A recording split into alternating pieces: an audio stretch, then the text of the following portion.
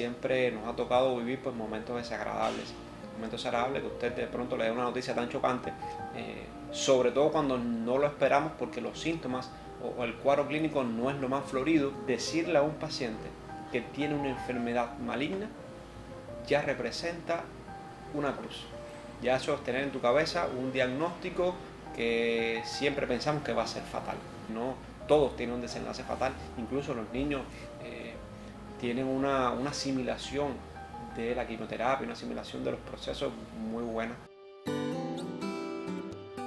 La bibliografía especializada define a las leucemias como cánceres que se originan en las células que normalmente madurarían hacia los diferentes tipos de células sanguíneas.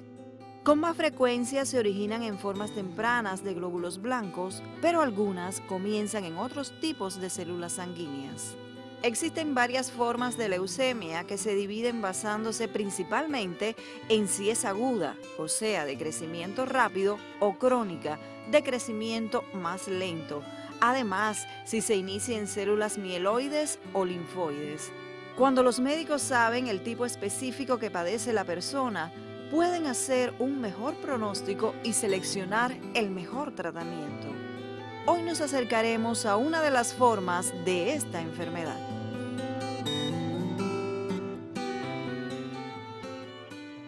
La leucemia linfoide aguda es una enfermedad maligna, hematológica, considerada la principal enfermedad maligna en la edad pediátrica, en infantes. Tiene alrededor del 20-25% de las enfermedades malignas, ella constituye ese porcentaje y constituye el 70-75% de las enfermedades malignas hematológicas de esta etapa. Incluso sigue siendo y es por mucho tiempo pues, la enfermedad más frecuente.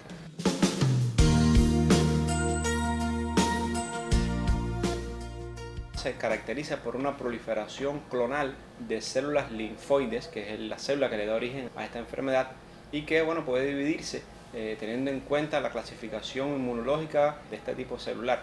Puede dividirse en células linfocitos B o linfocitos T y es importante porque cada una tiene pues una diferencia desde el punto de vista del diagnóstico y desde el punto de vista de la evolución clínica y la supervivencia de la enfermedad.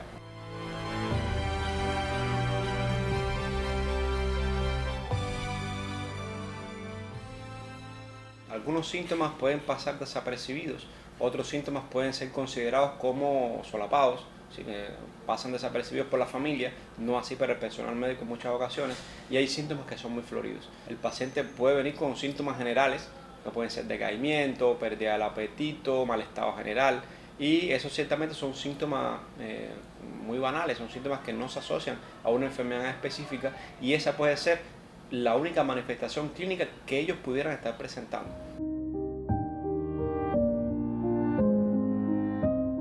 La leucemia se caracteriza por infiltrar la médula ósea, que es el órgano donde se producen las células sanguíneas. Si ocurre anemia, pues entonces el paciente puede venir con síntomas derivados de la anemia, la palidez, el decaimiento, pérdida del apetito, puede venir con mal estado general. Incluso pudiera venir también con manifestaciones hemorrágicas en piel, así que son la equimosis, las petequias y que están producidas por un desplazamiento de la megacariopoiesis, que es el proceso que le da origen a las plaquetas en la sangre.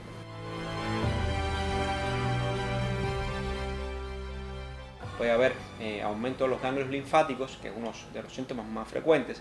Si estos ganglios linfáticos crecen demasiado en el mediastino, pues entonces esto produce lo que se llama síndrome mediastinal, que se caracteriza por una compresión de la vena cava superior y de todas las estructuras, tanto vasculares como respiratorias, que pasan por el sitio, y entonces se considera de mucha gravedad. El paciente puede ir con falta de aire, con cianosis, con edema, se denominan en medicina como edema de esclavina, que es de los miembros superiores y de la cabeza. Y si se localiza entonces en otro sitio, pues puede haber compresión de cualquier otro lugar. Y al mismo tiempo pues, también puede ser detectado dolor abdominal en algunos pacientes por aeropatías a ese nivel.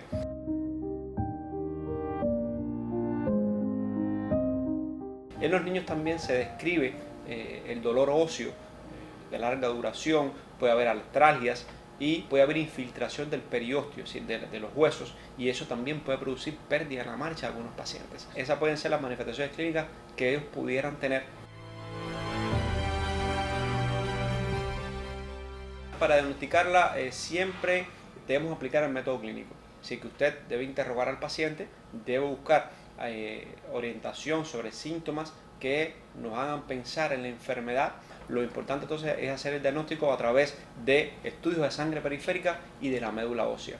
Nosotros contamos con estudios de la médula ósea por citometría. Si usted debe hacer el diagnóstico por medulograma, muchas veces logra determinar que es una leucemia linfoide, pero lo importante es determinar qué subtipo de leucemia linfoide tiene el paciente, es decir, de qué enfermedad se trata, porque eso nos sirve, por supuesto, para el diagnóstico, pero también para emitir un pronóstico del paciente.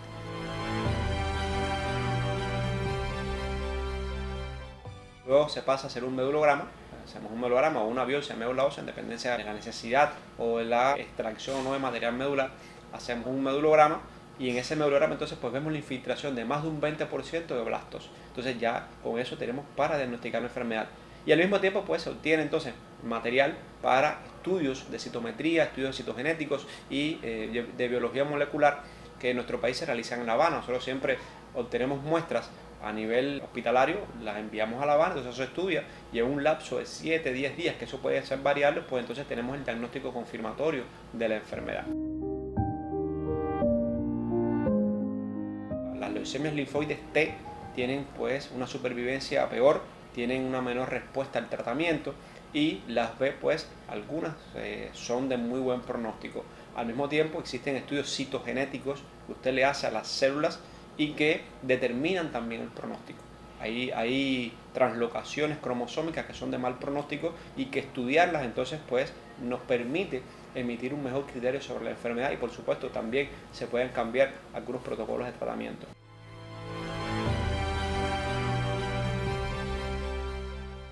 Su evolución va a depender mucho del pronóstico, del riesgo que el paciente tenga inicialmente. Está descrito que en nuestro país pues ellos tienen una supervivencia en un riesgo estándar, que es el riesgo bajo, de prácticamente el 80%. Este se reduce alrededor del 60% los pacientes con un riesgo intermedio y entonces sí, los de riesgo alto pues logran tener casi un 30% de supervivencia. Así que va a depender mucho de ese debut de la enfermedad.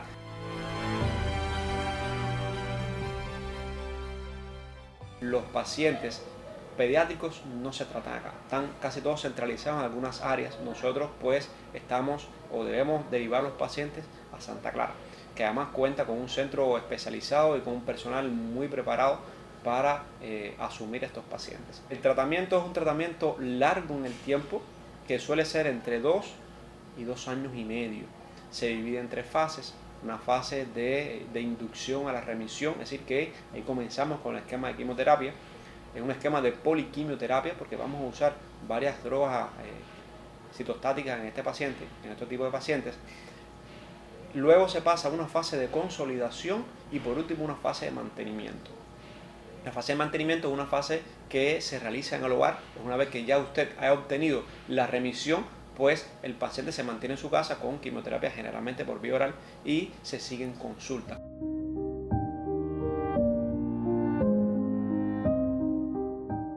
Hasta el momento muchos de los eventos que desencadenan la enfermedad son desconocidos, pero sí hay factores de riesgo sobre los cuales se debe incidir. Bien, estoy hablando sobre todo de los niños. Uno es el tabaquismo. Está descrito que algunos pacientes cuando hay abuso del tabaco, pues entonces pueden tener predisposición a una leucemia. El alcoholismo, así que las madres que son embarazadas, fuman y beben, pues tienen que tener en cuenta que están provocando un daño al feto, que además está descrito históricamente no solamente para esta enfermedad, sino para otras enfermedades.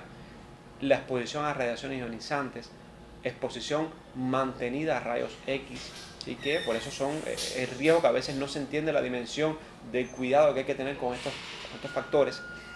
También el uso de pesticidas, de sustancias tóxicas, así que durante el embarazo todo esto debe evitarse.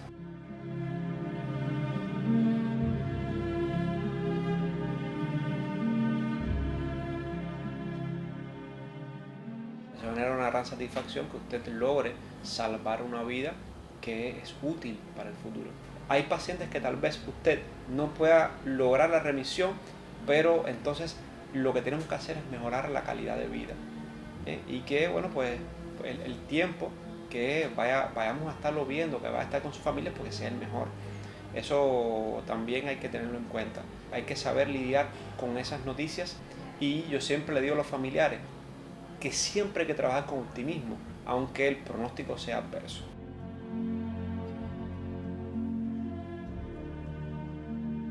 Y que debemos aprovechar cada segundo que tenemos con nuestros hijos, aprovecharlos, quererlos, amarlos, porque ciertamente son noticias dolorosas.